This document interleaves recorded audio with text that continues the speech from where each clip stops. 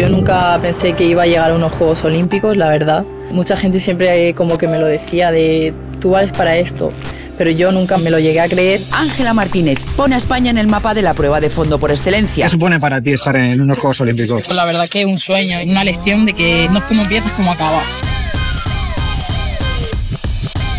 Ángela Martínez es una chica ilicitana que empezó a practicar natación desde que tenía 2 años y nada, se ha clasificado para París 2024 por primera vez en su vida.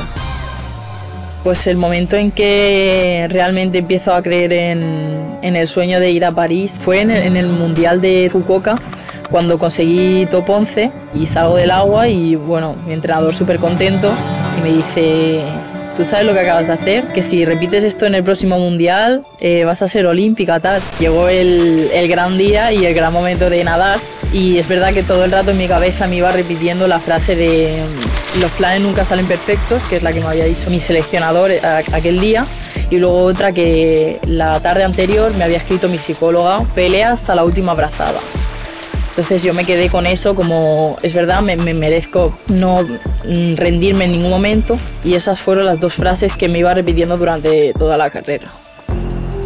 Ya en la última recta empecé a ver a gente que realmente pues era buena. O sea, empecé a ver a la que a mí me ganó en Corfú, en el campeonato de Europa Junior, por ejemplo. También empecé a ver a australianas que había dejado adelante y digo, las australianas son muy buenas.